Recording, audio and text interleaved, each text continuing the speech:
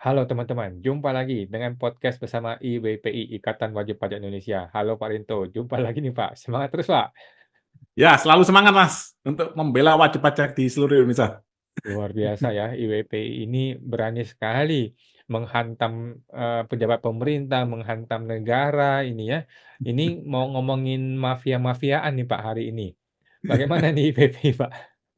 Ya, ya, terima kasih Mas Awan. Jadi kali ini ya kita ini sih Mas, kita bukan menghantam pihak sana sini Mas Awan. Jadi IWPI ingin menegakkan bahwa sesungguhnya kedaulatan adalah di tangan rakyat Mas Awan. Jadi kedaulatan itu ada di tangan rakyat Mas. Nah, mereka ini aparat pemerintah, aparatur sipil negara itu harusnya bekerja untuk melayani rakyat itu Mas Awan. Bukan mereka ini malah memeras kita itu Mas Awan.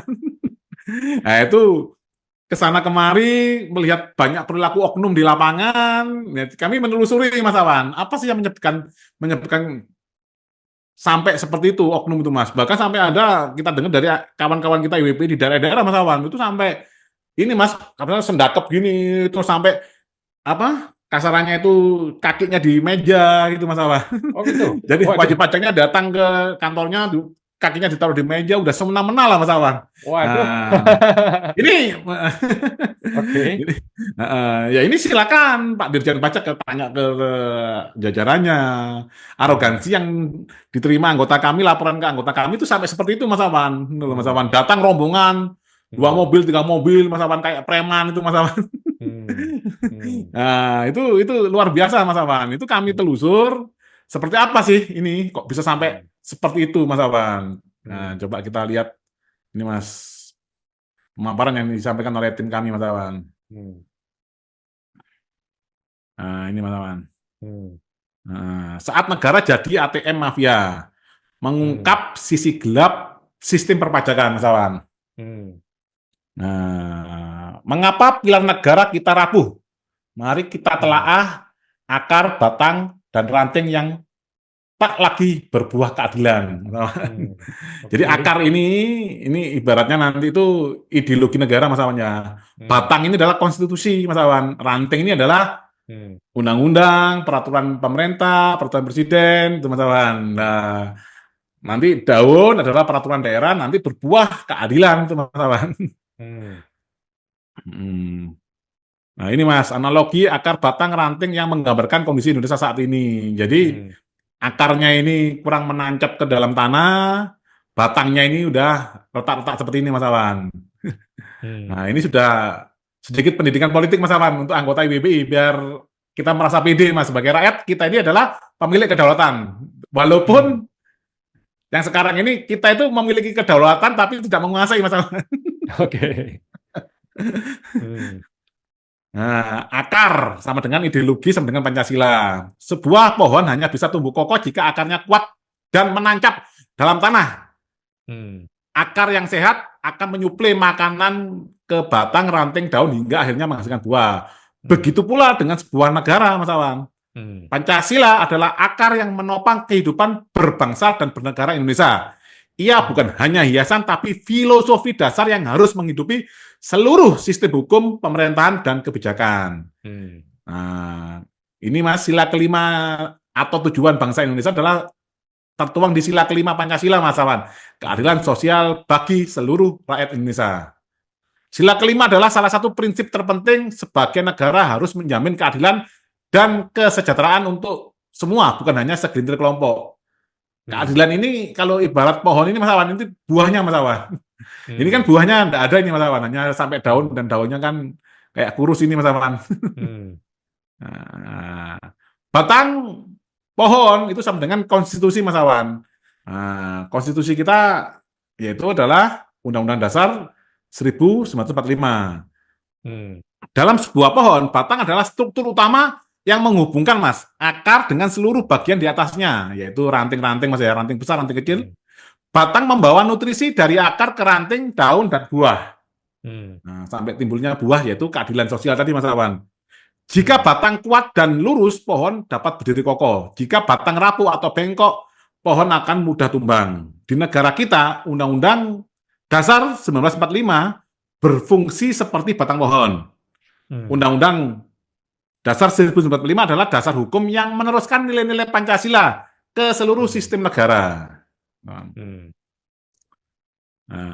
salah satu pasal penting terkait dengan, karena kita ngomongnya di dunia perpajakan Mas Awan ya, adalah pasal 23A Undang-Undang Dasar 1945 Mas Awan, Hmm. yang berbunyi pajak dan pungutan lain yang bersifat memaksa untuk keperluan negara diatur dengan undang-undang.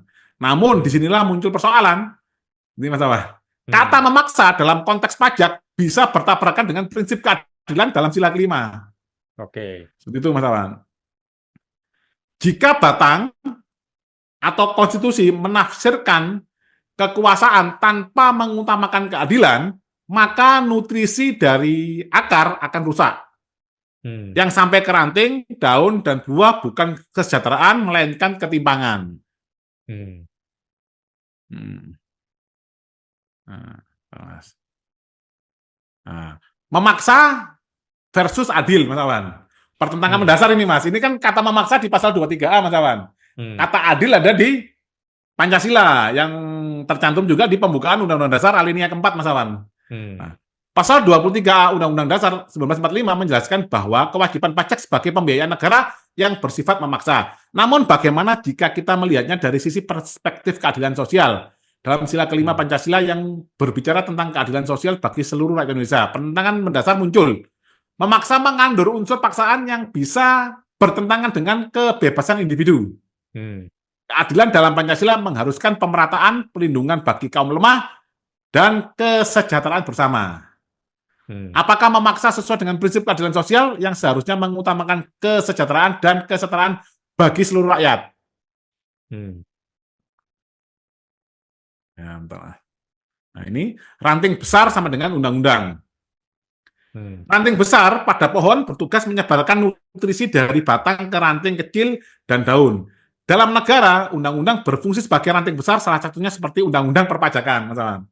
Dalam prakteknya, perumusan dan pelaksanaan undang-undang perpajakan seringkali meninggalkan celah ketidakadilan, celah untuk penyalahgunaan kekuasaan, dan celah manipulasi oleh mafia pajak. Nah, akibatnya, nutrisi yang seharusnya membangun pohon kesejahteraan malah tercemar jika ranting besar bermasalah. Mustahil berharap daun dan buah akan tumbuh sehat. Hmm. Ranting kecil ini sama dengan peraturan pemerintah. Ranting kecil pada pohon berfungsi sebagai cabang-cabang yang menyebarkan dan memperluas energi dari ranting besar ke seluruh bagian pohon. Meskipun kecil, mereka tetap penting karena mempengaruhi kesehatan daun dan buah. Jika ranting kecil patah atau tumbuh dengan salah arah, pohon akan kesulitan tumbuh dengan baik. Di negara kita, peraturan pemerintah atau peraturan presiden adalah cabang yang mengatur teknis lebih lanjut dari undang-undang. Nah, PP atau Perpres ini berfungsi untuk menyesuaikan pelaksanaan pajak dengan kebutuhan praktis di lapangan. Namun sayangnya, kompleksitas yang tinggi dari PP atau Perpres seringkali membuatnya sulit dipahami oleh masyarakat. Interpretasi yang bias atau tidak konsisten juga membuka ruang bagi pihak-pihak tertentu untuk memanfaatkan aturan tersebut. Sehingga meskipun sudah ada aturan yang jelas, banyak masalah muncul di lapangan karena ranting kecil ini tidak tumbuh dengan arah yang benar, malah seringkali menghalangi kesejahteraan yang seharusnya tercipta.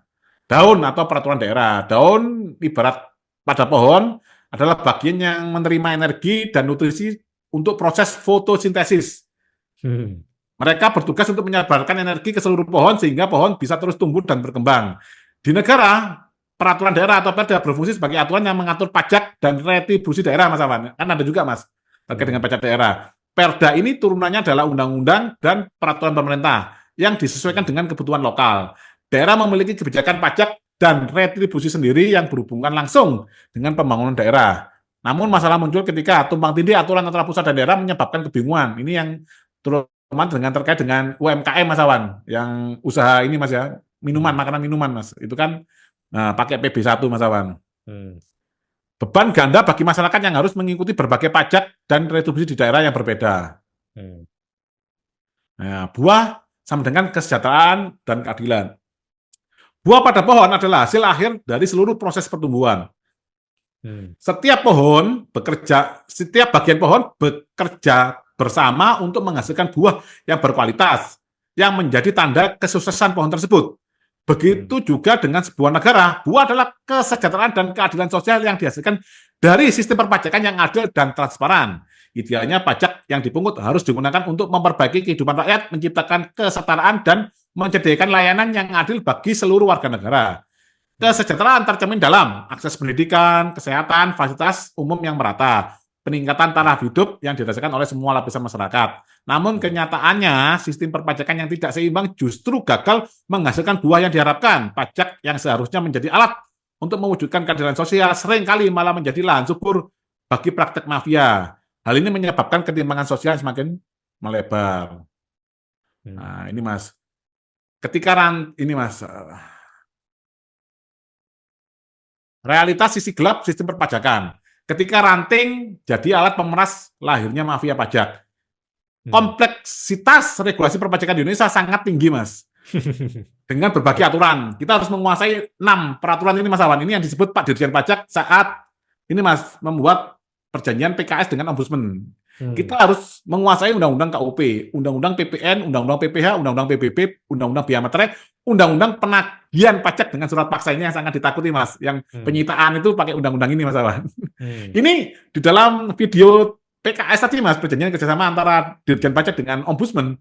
Ini Dirjen Pajak seakan-akan merasa berat. Kita tuh berat ya melaksanakan 6 undang-undang yang harus kita kuasai. Apalagi rakyat, Mas. Dirjen Pajak aja punya staf begitu banyak, merasa berat apalagi rakyat, Mas Awan. Akibatnya wajib pajak sering bingung dan terjebak dalam celah hukum yang dimanfaatkan oleh oknum tertentu. Undang-undang pengadilan pajak sering dianggap tidak efektif, seperti anak lahir tanpa orang tua, tidak mampu memberikan akses atau perlindungan yang adil bagi wajib pajak. Nanti di lain waktu kita jelaskan, Mas, kenapa kok undang-undang pengadilan pajak ini adalah anak yang lahir tanpa orang tua, Mas.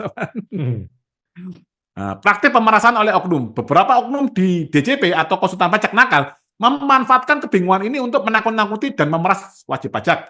Hasilnya, wajib pajak kecil yang sudah tertekan malah mendapatkan beban psikologis dan ekonomi yang berat. Nah, negara sebagai ATM mafia, kerugian dan pengingkaran keadilan. Kerugian negara akibat praktik mafia sangat besar. Potensi penerimaan pajak hilang, inefisiensi anggaran negara yang disebabkan oleh korupsi. Ya, yang baru-baru ini kita dengarkan Menteri Keuangan menarik lagi hutang luar negeri, Mas, 250 triliun, Mas. Waduh, lumayan. Jadi nanti kalau Mas Awan punya anak, ini anaknya langsung berapa puluh juta, Mas, utangnya, Mas. Kalau di daerah lain, negara lain, Mas, ya, bayi lahir, itu orang tuanya dapat santunan, dapat ini, Mas, ya, jaminan kesejahteraan. Kalau di Indonesia, anaknya lahir langsung punya hutang, Mas. Punya hutang, oke. Sekitar 25 atau 30 juta, Mas, kalau dihitung, Mas. Oke. Ketidakadilan sosial juga meningkat. Beban pajak yang tidak merata membebani masyarakat kecil. Hilangnya kepercayaan masyarakat terhadap institusi negara. Pembangunan dan kesejahteraan menjadi terhambat. Pengingkaran Pancasila. Praktek mafia pajak secara nyata melanggar prinsip keadilan sosial yang menjadi landasan Pancasila. Akibatnya, kepercayaan masyarakat terhadap Pancasila dan negara tergerus. Bentar, Mas. Nah, ini, Mas. Ini berita 10 kasus mafia. Nah, ini, Mas. 10 mafia pajak. Ini kan nanti dikira IWP omong-omong, enggak, Mas. Ini beritanya seperti ini, Mas. Ini yang terungkap di media, Mas, ya. 10 kasus mafia pajak di Indonesia. Gayus paling fenomenal. Ya, sekarang kan ada Pak Rafael dan banyak lagi, Mas Awan. Ada Denok Tavi Periana, ada Gayus Tambunan, ada Tommy Hindratno, ada Toto Hendriatno, ada Handang Soekarno, ada Dadan Ramdhani, ada Angin Prayitno Aji, ada Ramli Anawar, Pargono Pariyadi, Dana Widiatmika. Ini kan belum yang Rafael dan lain-lain, Mas Awan.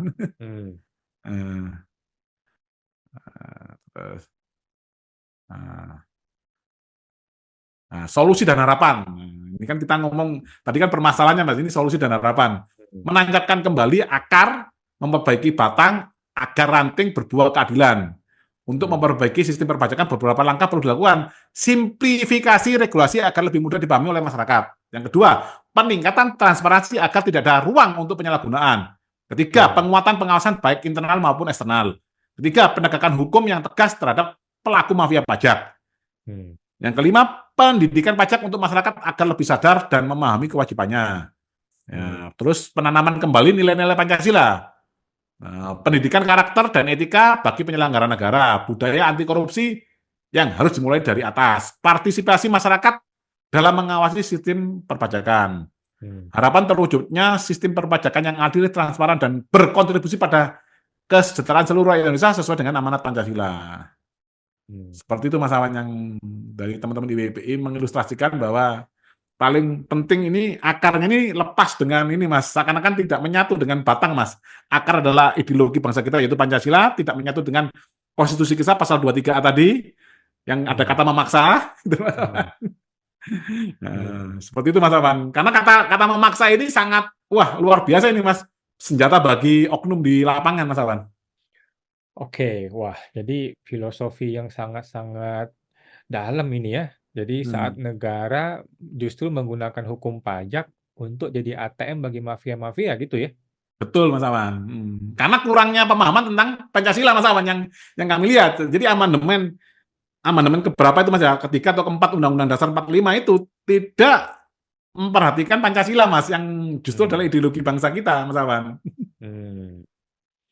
Oke, luar biasa Pak Rinto ya, IWPI. Kita hari ini sedikit belajar politik, belajar ideologi negara, belajar filosofi, biar tambah-tambah cerdas dikit lah ya warga negara kita ini ya.